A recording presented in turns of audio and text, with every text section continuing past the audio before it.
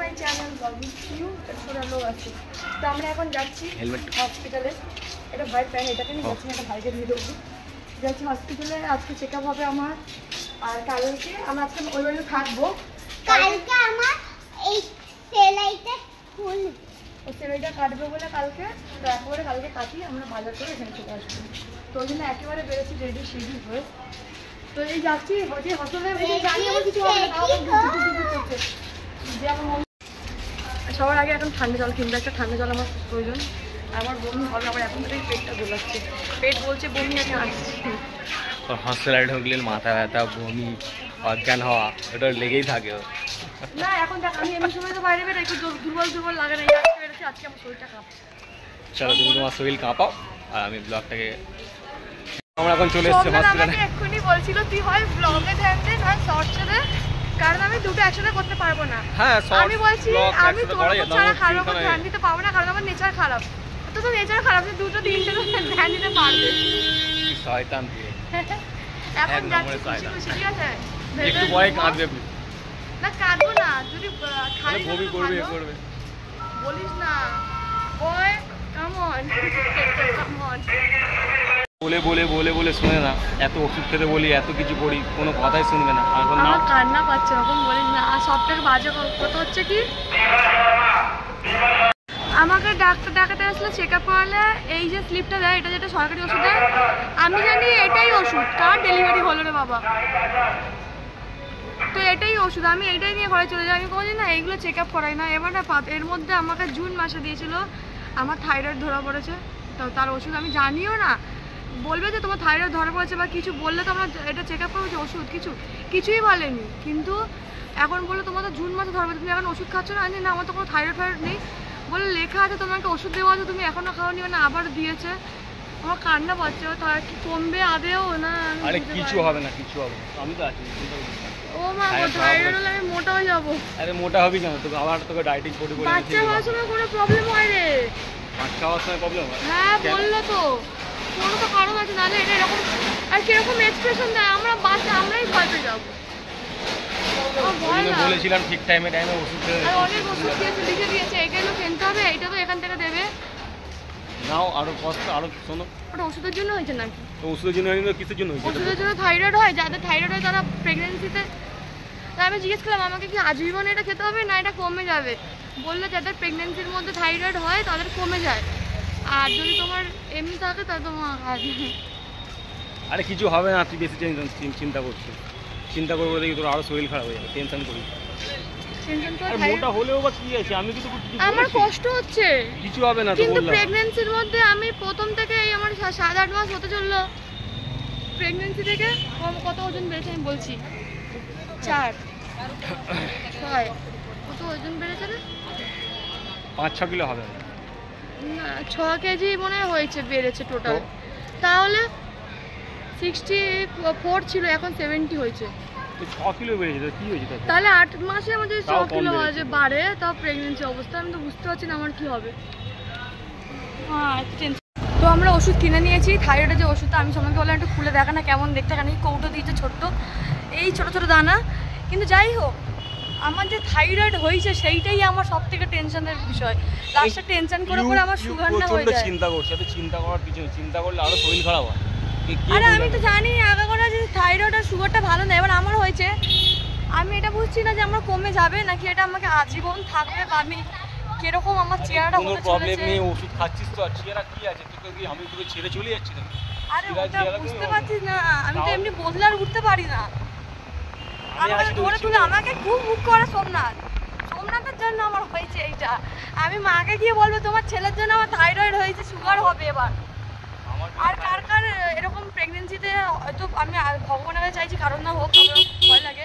আমি জানি না জিনিসটা কিরকম বা কিছু ভয় পাওয়ার জিনিস আদেও কি না, কিন্তু চাই না কারোর হোক। আর যদিও কেউ যদি থাইরয়েডের ওষুধ খেয়ে থাকো প্রেগনেন্সির মধ্যে, প্রেগনেন্সির পর গিয়ে এটা ঠিক হয়ে যায়, আমাকে কেউ জানলে জানিও এটা, কারণ আমার খুব টেনশন হচ্ছে। আমি এবার সবাইকে ফোন করে করে বললাম আমার থাইরয়েড হয়েছে।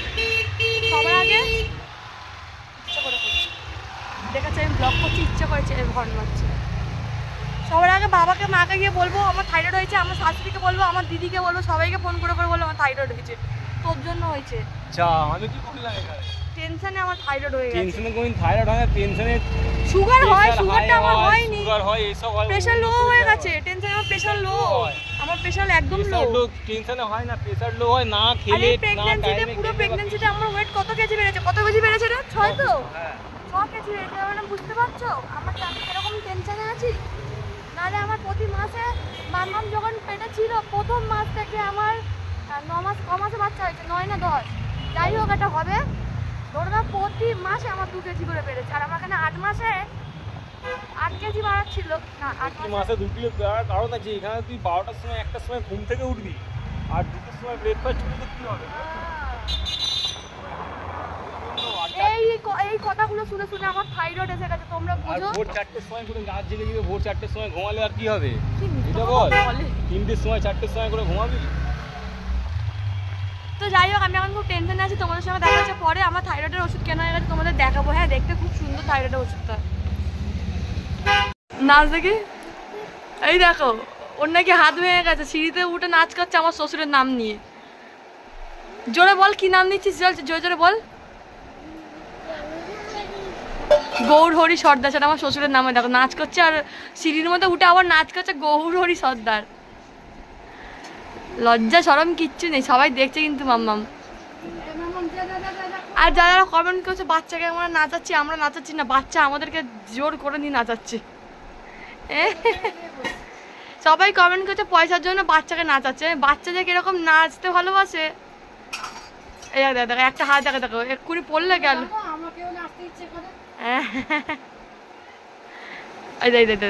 এই দে রিলস বানানোর জন্য মাম্মাম কি করে কেউ জানে না, ও হাত ধরে ঝুলে পড়বে।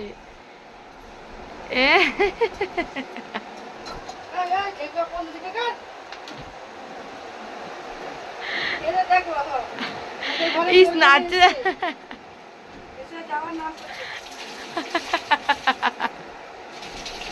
আমরা ভেবেছিলাম আজকে মামামের সেলাইটা কাটবে, তো ওই জন্য আমরা থেকে গেছিলাম রাত্রিবেলা যেখানটায়। এখানে তাহলে কি মা ডেকে দেবে, উঠে চলে যাবো। মানে এবারে না ওই বাড়িতেই ছিলাম, আমি আমার ঘুম থেকে উঠে এগিয়ে চলে এলাম। তো গেছিলাম আজকে হসপিটালে, কিন্তু আমাদের ভুল, ওটা বুধবার না বৃহস্পতিবার ছিল, মানে কালকে। তো বেকার বেকার আজকে দিনটা থেকেও গেলাম,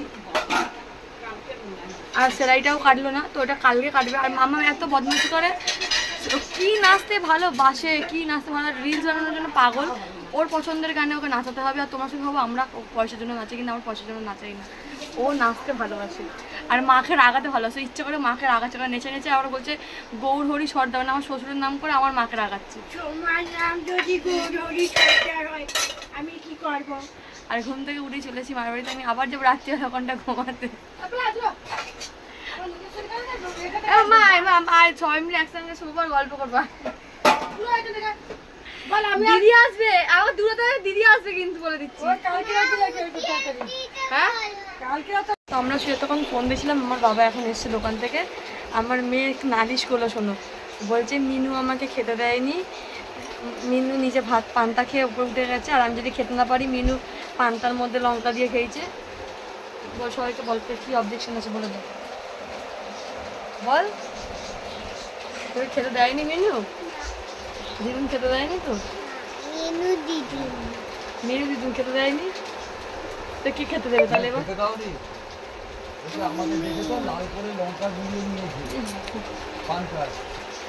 বাবাকে আসতেই নালিশ করে দিয়েছি, খেতে দেয়নি। কে খেতে দেয়নি? আমার ঘরে ভাত আছে, তরকারি আছে, তুই ভিডিওতে আমার অসম্মান করাচ্ছিস আমাকে। আরে দিদুনের নাম তোমার নামে না, দিদুনের নামে বলেছে, মায়ের নামেই বলেছে। কেন আমার বুড়ির নাম নিবি? তুই বুড়ির নাম নিবি কেন? বুড়ি তো খাবার বানিয়ে রেখে গেছে, তোকে তো গিলতে বলে গেছে। কিন্তু খাবারটা দেয়নি। তা খাবারটা দেয়নি, বুড়ি কি তোকে দেবে? হ্যাঁ, তা বুড়ি কেন দেবে? বুড়ি তো রান্না করে, আর বুড়ি তো আরে বুড়ি রান্না করে, বুড়ি তো তোর জন্য করছে, তুই তো খেয়ে নিবি। এই দেখ বকছে তোকে, তুই কিছু বলতে পারছিস না? বল কিছু বলে দে। বল, আমি দাদুটা দেখেছে আমাকে। আমার এটা কোথায়? কিটা কোথায়? আমার ওই লুচি, কি লুচি গো? কিসের লুচি? যেটা একটা ছোট ছোট নালিশ করে দিয়েছে মায়ের নামে বাবাকে। তো এখন ব্লগটাকে শেষ করছি। এখন বাবা এসে খাওয়া দাওয়া করবো সবাই মিলে, তারপরে কালকে কী হয় দেখা যাচ্ছে। দেখা হচ্ছে নেক্সট ব্লগে। যদি ব্লগ ভালো লাগে তো লাইক করবে, কমেন্ট করবে, আর যদি কিছু খারাপ লেগে থাকে নিশ্চয়ই কমেন্টসে বলবে। টাটা।